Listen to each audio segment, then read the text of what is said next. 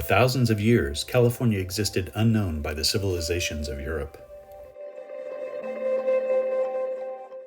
Only native peoples lived in her valleys, swam in her ocean and rivers, and lived off her bounty. Beginning in the 1770s, however, while General Washington was leading rebels in the American Revolution, another revolution began in Alta California when Father Junipero Serra and the Spanish Franciscan monks celebrated Mass at Monterey for the first time. Prehistoric California had ended, and modern California began to work her way through Spanish, Mexican, Californio, and eventually American rule with the discovery of gold in 1848. Along the way there would be floods, fires, earthquakes, masses, and murders, all worked to shape the priests, soldiers, and natives as cultures collided. These are the stories of the California missions.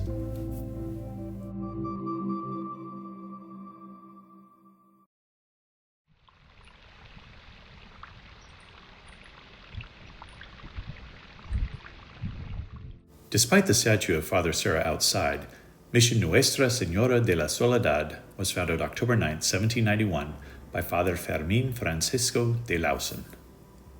The mission is a solitary place, but it is named after the Virgin Mary, Our Lady of Solitude, not its location.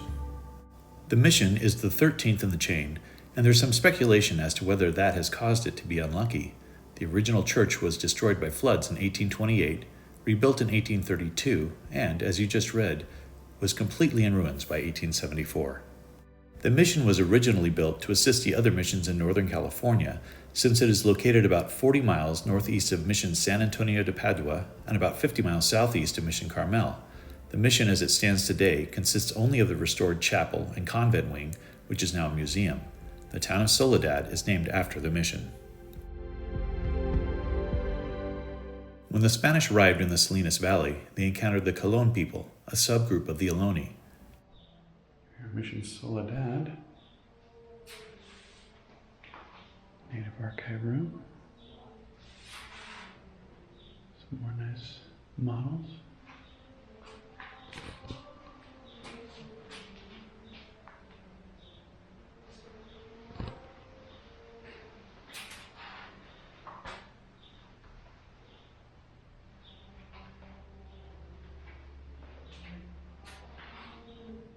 These were the native people who were converted into Catholic neophytes.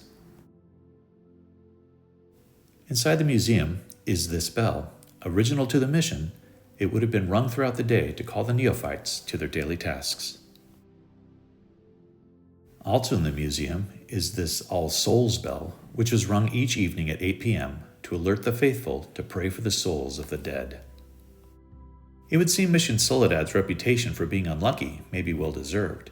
In 1814, Spanish governor José Joaquín de Arriaga died here during a visit. He is buried here, at his request, garbed in the habit of a Franciscan priest. Here is another grave of Fray Florencio Ibáñez, who served at the mission for 15 years until his death. He was known for teaching music and his nativity play. He was buried at this spot in the original church, which collapsed in a flood in 1831. Only 3 years before, in 1828, the mission was hit by a different flood and an epidemic that killed many of the Native Americans. Another Franciscan, Father Vicente Francisco de Sarria, died in that epidemic. Many of the neophytes fled the church, and the mission's decline began. Mexico secularized the mission in 1834. After, the mission served as a ranch, a house, a grocery store, and even a restaurant. Governor Pio Pico eventually sold the mission for $800, but it was ultimately abandoned for almost 100 years. This is the state the missions were in when they were found. Most of them look something like this, and a lot of them have been restored, but Mission Soledad has not been. So this would have been the north wall. There would have been a wall there, which you can't see. That has been restored in the 50s. And then there would have been a wall there. And this would have been the quadrangle with the mountain in the middle. And beautiful view to look at of the mountains. This would have been the south. This would have been the east wing, blacksmith shop. grist mill is right here. And you can see the wheel there. And further down, other shops. All gone now though, due to floods and all kinds of things going on. But that's what it would have looked like. Even the signs now are looking a little dilapidated. These plans in the museum show where the buildings were before the floods, with the chapel and convent at the bottom and the grist mill and other dilapidated wings at the top. These photos show its state just before restoration began by the native daughters of the Golden West in 1954. Mission Soledad. As with all the California missions, the 14 Stations of the Cross line the walls of the chapel. These are rare originals.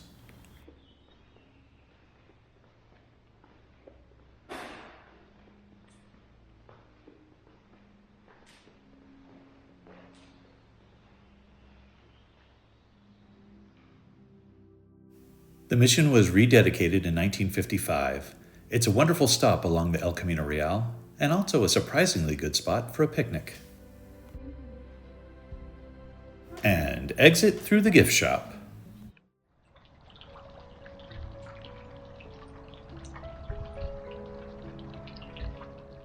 Mission San Jose, the second largest of the California missions, was named after St. Joseph and founded June 11, 1797 by Father Lawson. It is actually located in Fremont, California. Here at the San Jose Mission, depicting native life before the missionaries arrived.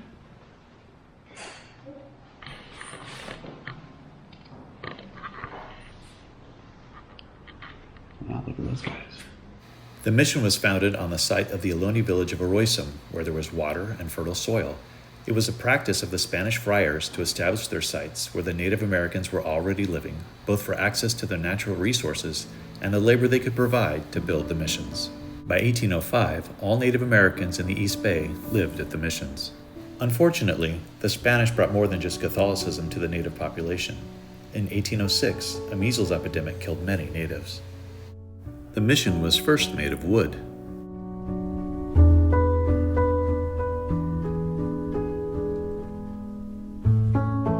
Later, using adobe bricks like this one, the first adobe church building was complete, April 22, 1809.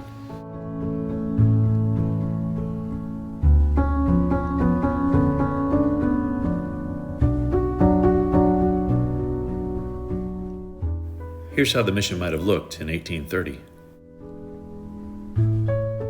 The Yokutsan began to join the mission in 1810. By 1825, Delta Yokuts was the dominant language of the 1,796 natives living in and near the mission. Just a few years later, by the mid-1830s, Plains Miwok was the dominant language.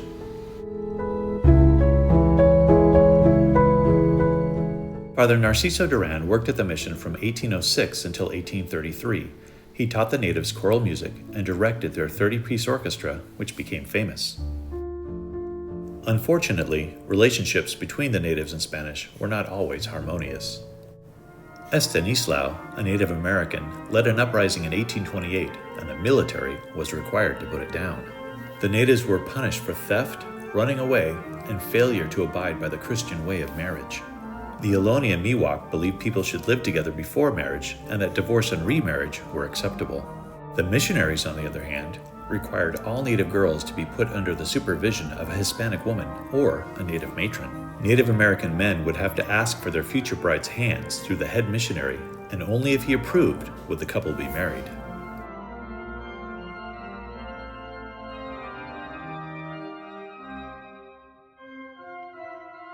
This side altar contains the polychrome statue of Saint Bonaventure from 1808. It is topped with a dove representing the Holy Spirit in the middle of a glory. On the opposite side of the sanctuary, the altar nearest the entrance signifies martyrdom and features a statue of the scourged Christ as he was presented to the crowd by Pontius Pilate.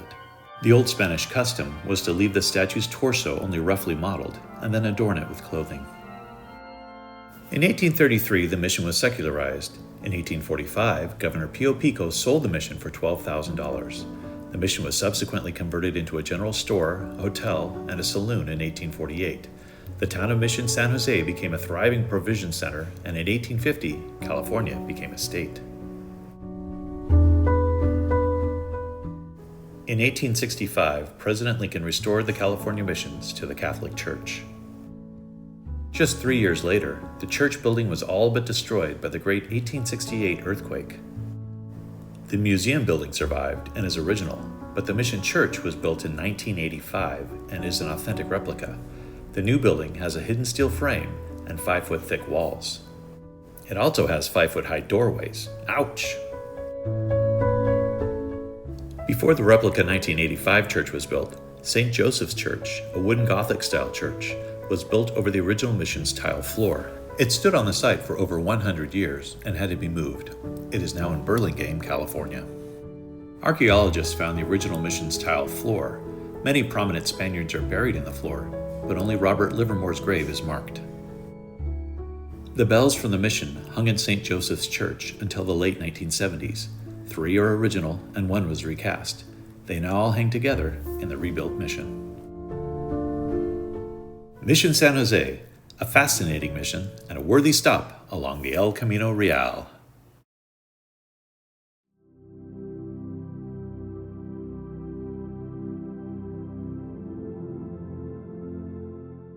Mission San Juan Bautista was founded June 24, 1797 by Father Fermín Francisco de Lausen. It is named for John the Baptist. He stands here in front of the mission, gesturing towards heaven. The base of the statue directs us to Luke 1:78-79. Because of the tender mercy of our God, by which the rising sun will come to us from heaven, to shine on those living in darkness and in the shadow of death, to guide our feet into the path of peace. Both the city of San Juan Bautista and this plaza are named after the mission. We have a huge model of the San Juan Bautista mission here, but they're working on it.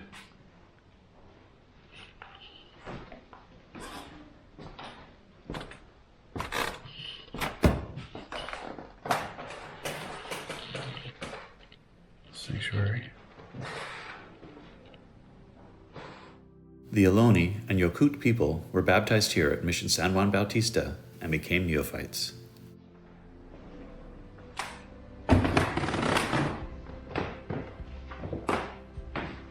Native Americans room. This room shows artifacts from the Native Americans.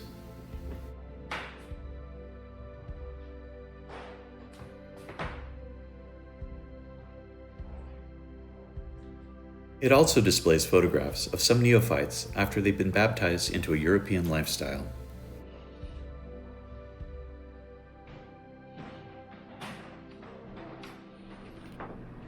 So San Juan Bautista was known as the Mission of Music.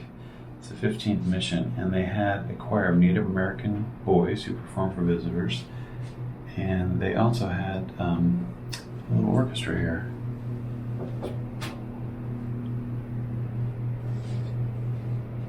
Father Pedro Esteban Tapiz taught singing to the Native Americans. He used a Spanish notation system which varied color and texture for polyphonic music. Very interesting. He's buried here somewhere on the ground. We'll see if we can find him. Here is one of the scores Father Tapiz may have used at Mission San Juan Bautista.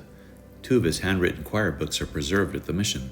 There is also a unique music stand on display. So it's a music stand that would hold a dove that'd be released on Pentecost Sunday. Now that's a music stand. Look at the size of this thing. It's huge.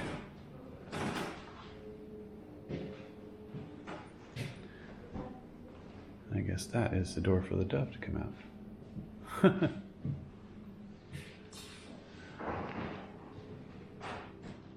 We did not find Father Tapiz's grave marker. We learned later it's near the altar, but we did go into the mission's cemetery, which contains the remains of 4,000 natives and Europeans. Here is the cemetery, San Juan Bautista. Just don't slip, because it's on a hillside. And you can see California's agriculture out there. Pretty impressive. These are original tile floors, and how can you tell? There's animal prints right there from when they were drying.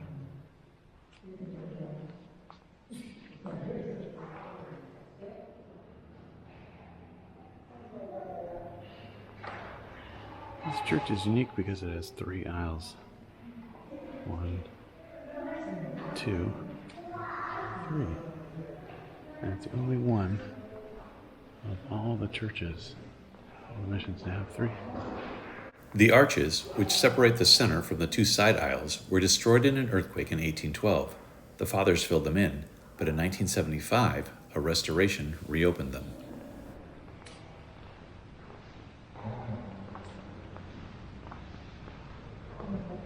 Mission San Juan Bautista has served Mass daily since 1797. Looking down on the services from the top row of the altar are St. Anthony, St. Dominic, and St. Francis of Assisi. On the bottom left is Sant Isidro, and on the right is St. Pascal Babylon. In the middle, of course, is the mission's namesake, St. John the Baptist. Another sacred space at the mission is the Chapel of Guadalupe. It is the oldest surviving building on site, devoted to religious services, and boasts several of the mission's apostolic paintings. San Juan Bautista has the most complete collection in the mission chain. We're in the Chapel of Guadalupe. It's kind of closed off, but you get an idea for it. What a beautiful room. And on this hot day in July, it's air conditioned. Which is good. In addition to the sacred spaces, the museum at Mission San Juan Bautista features many other rooms and displays.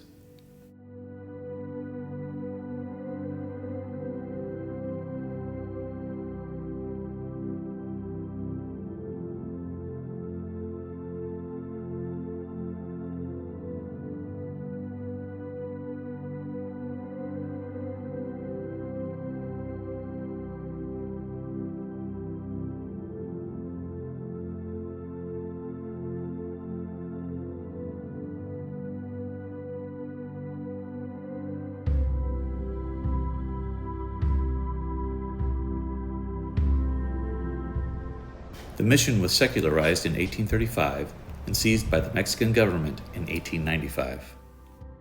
This room is staged as it would have looked after secularization in the 1850s when Patrick and Margaret Breen lived here. The Breens were members of the ill-fated Donner Party and arrived penniless at the mission after their ordeal. They were given free shelter. In 1848, one of their 7 children set out for the goldfields and returned with $10,000 in gold dust, about $404,000 today.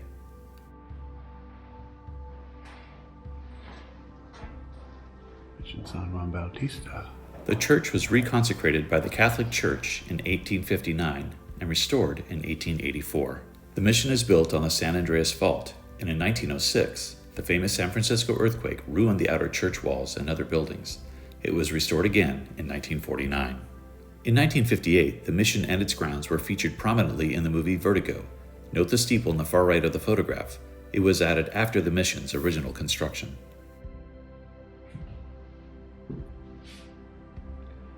Cross, which used to be on the steeple, but now is in the museum. Because the steeple had been destroyed by a fire.